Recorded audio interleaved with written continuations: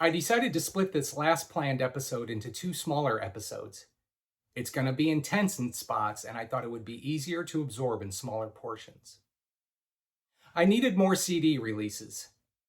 Bad. They sell better and cost less to license and manufacture.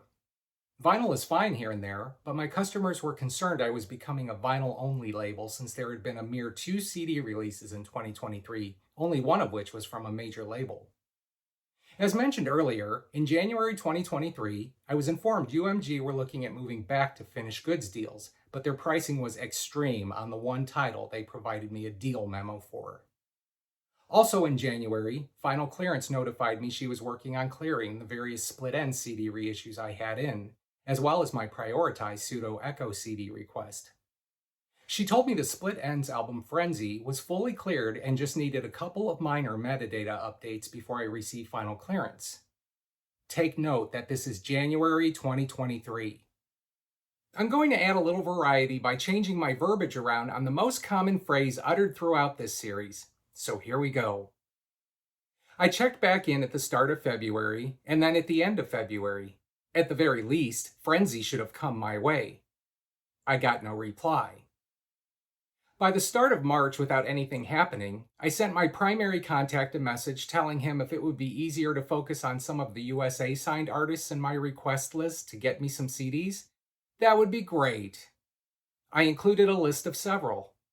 No return communication received.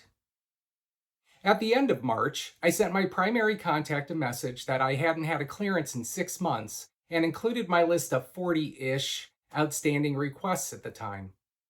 I ended up getting a couple of vinyl clearances discussed in the last episode, but that's not the format I had been inquiring about.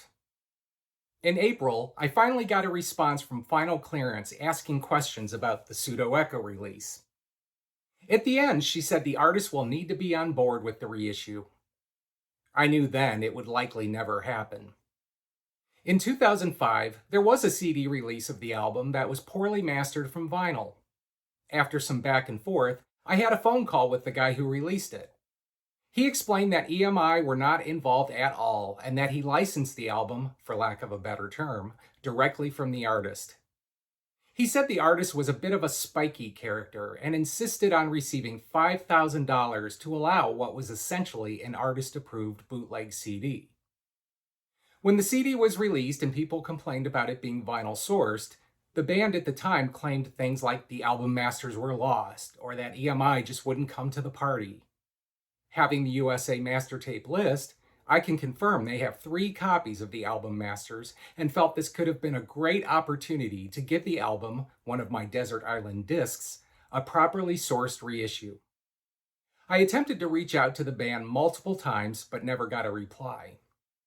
They've been marketing their own vinyl-sourced edition for some years, so I guess they didn't want to threaten sales with a proper reissue. I attempted to follow up again with Final Clearance about the Split End CDs in June 2023. Wasn't Frenzy cleared in January? What's the problem? I also tried to follow up with my primary contact. Neither of them replied. I then tried to follow up with the primary contact regarding the January discussion about CD finished goods costs. No response. At the end of July, I sent an inquiry to the primary contact asking why I'm not getting any answers to these questions. Of course, he didn't reply to that either. In September, I sent an email to the awful licensing duo about the lack of any responses from either of them regarding CDs and trying to find a way to offer something from my list that may be easy. I don't know why the hell I'm trying to make it easier for them. They can't offer me the slightest courtesy of a response on the subject for the better part of the year. There had been questions sent to the primary contact on subjects outside of the CD format, and he'd respond to those, so it was clearly a conscious effort to avoid responding to CD inquiries. During this time, I had received a couple more vinyl clearances. I was getting really pissed by the complete avoidance by both of them on each inquiry about CDs, while the more expensive and risky vinyl titles were still coming through. On November 27th, 2023, after all of the ignored inquiries, I got annoyed and sent my primary contact the following. It's been nearly a year since I've received a CD clearance. I've tried to follow up with you several times over the intervening months to see if the format is still an option, though have never received any sort of response on the subject. The last word I heard was in January that Final Clearance was working on several of my prioritized CD clearances, though nothing's ever come through. Since I'm continuously being asked about outstanding CD reissue requests from my buyer base, is there anything you can tell me whether or not CD is still an option going forward? He finally replies and tells me lies. Yes, CD clearances have slowed due to UME focusing on LP reissue clearances. If you can resend me your requests, I can see if I can get them moving again.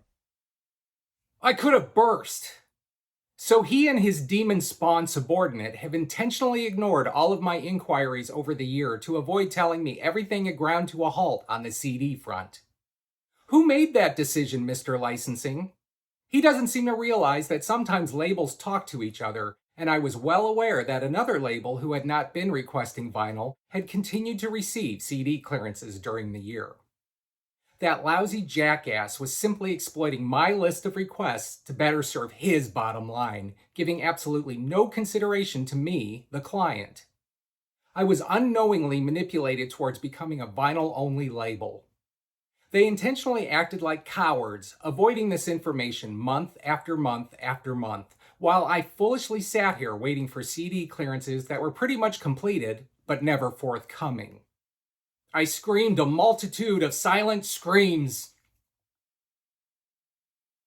and then kept with my email persona of going with the flow and sending him over the information he asked for, which were all of my original CD request forms going back years. It looked like everything was starting over from scratch. I felt extremely betrayed and backstabbed by his conduct. I had struggled for a long time to view him in some sort of positive light, that maybe he was not the enemy. But he was, and this ugly revelation kick-started the end. I had only been able to trudge up this mud-covered mountain and continue through my disdain for the final clearance person because I managed to keep my view of him in a little shaft of light. That was now over, and I was viewing them both as they really are. Challenges had come up in distribution with vinyl. I found with the cost of everything from the licensing to the manufacturing that with my vinyl prices being what they were in distribution, I had been losing money on each sale for a while. I notified my distributor, who wanted me to increase my prices to the $35 to $40 range. I absolutely did not want to screw my buyers over with that. But it would likely take that sort of massive price jump to accommodate, because for each $1 price increase, I might get about 30 cents of it after everyone from the major label to the distributor take their cut. My distributor came back to me with a new deal that worked with a price increase that kept me under $30, but really only broke even, which was an improvement. This would cause a rift between me and my distributor when they complained they were little more than a go-between for my vinyl titles and get nothing from it. They sent me that info in an obviously angry email that I felt was completely uncalled for because I hadn't asked them to make the new deal. They offered it and then seemed to regret it. They had no interest in continuing without new CD titles to bring them some profit, and I get it. By March 2024, I hadn't heard anything from licensing about CDs. Frustrated, I sent the following. If CD reissues are off the table for good, let me know. There were changes with my distributor last year regarding vinyl, and because I've told them that I refuse to increase my vinyl prices over the $30 range, they've told me that without CD titles continuing, which generally sell better and offer them more profit, the vinyl products are of little interest to them. If the CD titles are no longer an option, I will need to cancel all outstanding vinyl requests. In other words, I was telling him I either start getting CDs again or you lose a client and the label's over. I expected that was the end. They hadn't given me the slightest respect over the last year. I was surprised when he replies a couple of days later with the following. Things have changed again, so CD reissues are back on the table as we are switching all configurations to the licensing model. He continued by telling me they were revisiting the split-end CDs now. Again, he doesn't seem to understand that it's not a secret that CD reissues were never off the table, at least for clients who only had CD requests in. And it sounds like they were dumping the finished goods model again in favor of staying with licensing out, at least for me. The other label I was in contact with said their CD clearances had been finished goods deals, but the damage was done. On September 6, 2023, I received final clearance for a vinyl reissue of the Zymox LP Twist of Shadows. I was introduced to Clan of Zymox in 1988 when I was a DJ in a nightclub.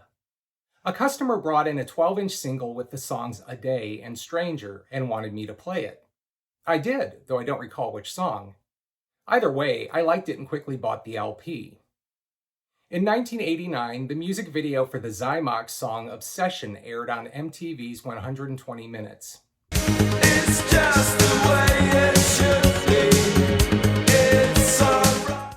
I quickly went out and bought the CD, which was one of my first ever CD purchases. With the band still going strong these days, I felt the demand would be enough for a new vinyl pressing of the LP, since the originals were going for higher prices. My plan was to do a gatefold sleeve with the lyrics that were included in the original CD, but not the LP. I checked in with my archive contacts in the USA and the UK. This was another case where there were no full album analog masters, only U-matic production masters of the final album. The UK had the transfer done for me in a day, and I got to work. I was still working with New Orleans Record Press at this time, and was very specific about them not doing the center hole widening. I had a repress of another title done through them this way and had them packaged in a resealable plastic sleeve instead of shrink wrap. For that pressing, I opened every single copy of the LP before it went out the door and took a more conservative approach to cleaning out the extra vinyl bits. It was a lot of work doing an entire pressing like that. What I won't do for my customers. The Zymox test pressings took longer than expected for whatever reason, but once I got them in very early January 2024, it was quickly rejected. Side 1 was pressed grossly off-center, and a lot of the held notes on this album were obviously warped sounding.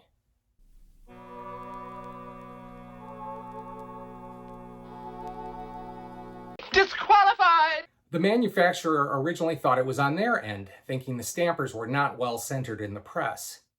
A week later, when doing another batch of tests, they found that the stampers were the problem.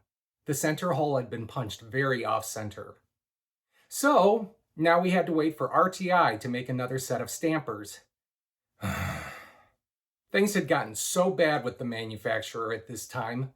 Between delayed shipments, test pressing issues, lost variant stickers, final pressing issues, it was just one excuse after another. I was already in touch with copycats to do my next pressings. The only reason I hadn't used them with vinyl up to this point was they didn't offer color vinyl mixes, only single colors. That had now changed, so I was going with them for the next pressings. With all of the issues and delays with the Zymox pressing, I had almost canceled it and moved it to copycats, but it would have been further expense. The Zymox test pressings made with the new stamper set were approved for manufacture on February 1st. In mid-February, they finally started pressing the LP with more excuses for the delay. But they weren't done yet. On February 19th, they informed me they had scratched one of the stampers and now needed to order a new set from RTI. At this point, out came the four-letter words. I was pissed. This pressing was already weeks late from what they had originally stated. They then wanted me to show them proof that they told me they'd have this done in about 2 to 3 months, which I did. I got and approved the test pressings from the latest stamper set on February 28th. After some packing delays, this was finally sent out on March 8th. But we weren't done just yet. When I received the stock, I found the variant that was supposed to have been a red and gray mix was incorrect. Despite the variant sticker stating clearly the colors, they used purple.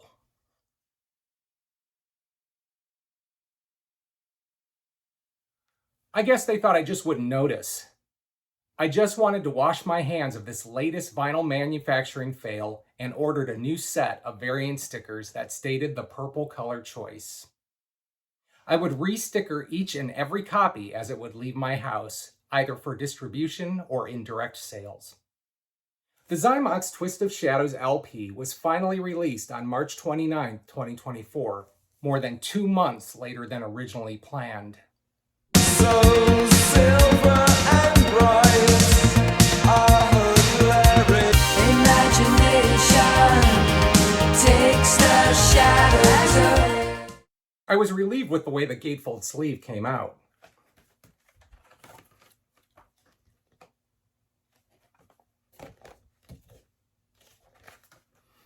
I was very concerned with an object like this, which is already very dim on the original album cover. I didn't know if I was going to over-brighten it or keep it too dark that you couldn't see it, but it came out pretty good. Whew. Sales were pretty good as well. Once it went into distribution, sales were fairly steady until the stock was at the last copies by the making of this video just over a year later. Soon after release, I had been contacted by Ronnie Moorings from the band asking if he could obtain stock for some of his upcoming shows. I sold him an amount at cost, and he offered them at their merch tables. Feedback on the release was very good, but it was ridiculous what it took to finally get it completed. That's vinyl manufacturer number 4 done and over with. On September 21st, 2023, I received final clearance for the Suburban Lawns 5-track EP from 1983 called Baby. I had high hopes for this. I had remastered a compilation of the band's LP and EP back in 2015 for release on the Futurismo label, and it always sold out quickly with each pressing. The 1981 LP had come out in the USA on a black vinyl reissue in 2021 and sold thousands of copies. I expected the EP would be a guaranteed seller. I got the master tape transferred and got to work preparing the release. This would be my first new pressing with Copycats, and I chose 2 of their pre-mixed color variants to tie in with the song Flavor Crystals on the record. One of them was a pink mix that I called Cotton Candy. Another was a green mix that I called Sour Apple. I discovered Suburban Lawns in 1994, but I can't recall if it was first after reading about them in Trouser Press or after hearing their song Gidget Goes to Hell on Volume 1 of the New Wave Hits of the 80s series. I got a copy of the Baby EP for 50 cents in a cheapy used vinyl bin, and then soon found a copy of their 1981 album for all of $3 at another local record store. Who would have thought that album would eventually become a triple-digit rarity 20-odd years later? Their style was very much in the same vein as Devo or Oingo Boingo, with a lot of fast-paced, herky-jerky rhythms. The test pressings came out great, and the final pressing went without issue. When I got the stock, I was a little disappointed that the back cover print looked sort of washed out compared to the color brilliance of the original, but it was a minor dissatisfaction. The EP was released on January 19, 2024, along with a couple of other releases I had licensed from Cherry Red. Flavor Crystal. Flavor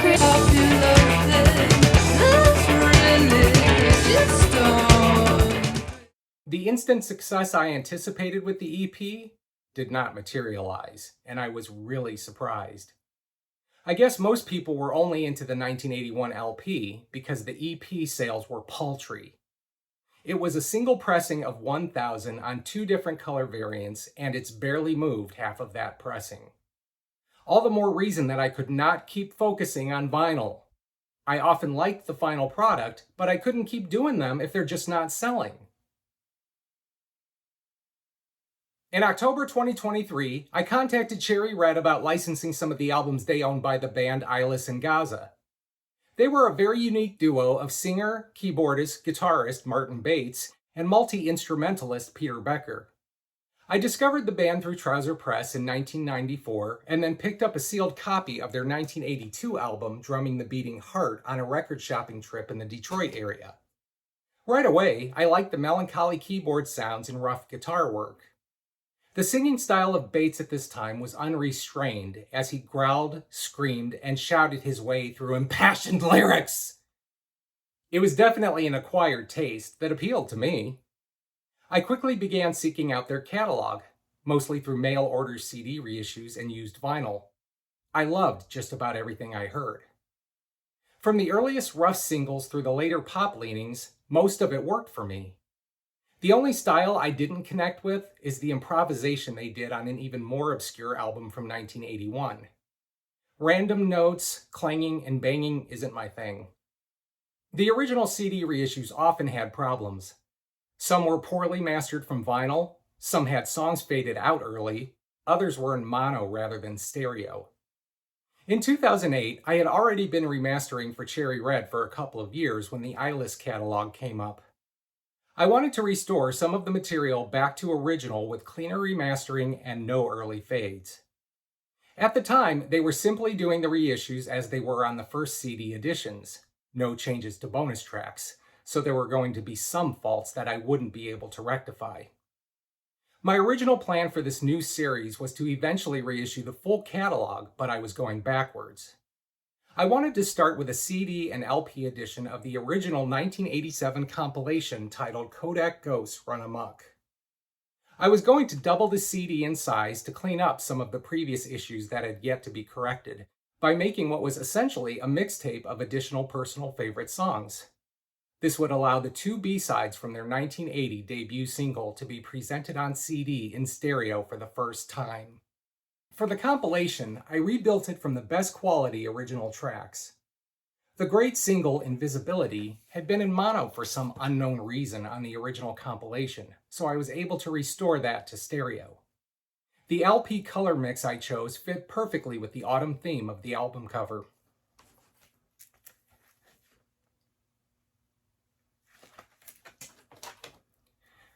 Test pressings and manufacturing all went ahead without any issues. I was finding this a very welcome change of pace. Kodak Ghosts Run Amok was released on CD and LP along with the Suburban Lawns EP on January 19, 2024. Photographic memories neatly fold. Sunburns like fingers to your neck, but give it a coming smack. Sales for the CD were really good. I was aware this was going to be the introduction of the band to a lot of my loyal buyers. Both the CD and LP were pressings of 500 copies each, with the CD moving about half of that right away. The vinyl was the usual story by now, with only a handful moving here and there.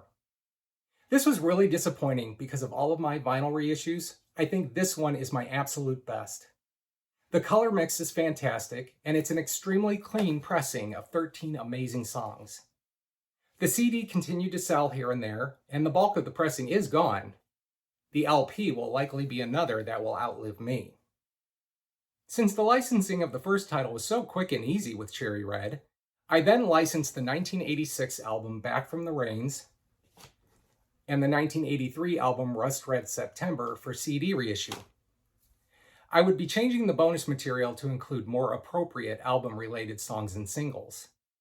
I briefly contemplated doing a 2 LP version of Back from the Rains with all of the extras, but my recent history of vinyl sales brought that to a halt. Both of these Isis and Gaza CDs were released on February 16, 2024. Just to really right again, a good running new love. And I don't want to bask under that sky that we made for you. When I'm haunted by these sorrows, scratching in figure now, almost as tall as the sun. Sales on these were also good, and more than half of the stock sold right away. Some of the buyers who took a chance on the compilation really liked it, so they followed up with these reissues. I intentionally worked backwards because I felt the less abrasive singing style of these later albums would be more palatable for some. Like with the compilation, sales of these albums continued, and most of the stock has been sold. This all just confirms yet again that, for me, CD reissues sell considerably better than vinyl reissues. I don't care what market research states. These real-world examples prove otherwise, that CD isn't quite as dead as the industry tries to make you think. On November 20th, 2023, I received final clearance for a vinyl reissue of the Suzanne Vega album 99.9 Fahrenheit Degrees from 1992.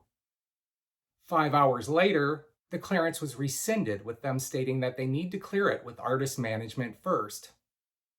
Here we were again, nearly getting involved in another project that would have likely had problems down the road had they not caught the oversight just hours after receiving the clearance. Since this required management approval, I kind of wrote it off thinking it would be denied and just carried on with other projects.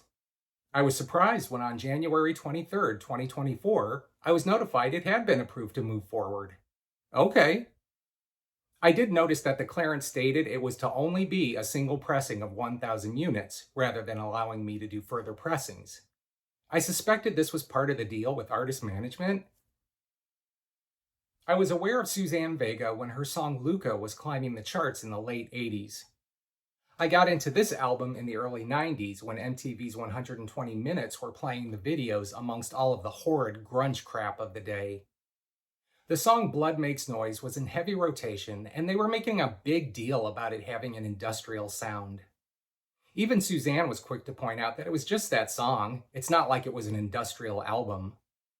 I checked in with my USA and UK archive contacts. The USA had a lot of random analog reels with various versions of songs, but it was another case where the only full album masters were on U-matic tape.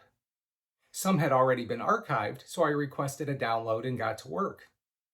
The album was so well mixed that there was very little that I needed to do with it before submitting for test pressing. I prepared the album cover to be a gatefold jacket, taking the lyrics and some of the photos from the original CD edition and including in the gatefold. The original LP pressings were often going for large amounts, so I hoped this release would be a much-needed vinyl success story. When I got the test pressings, something was wrong. It sounded very clean, but the bass sounded boosted.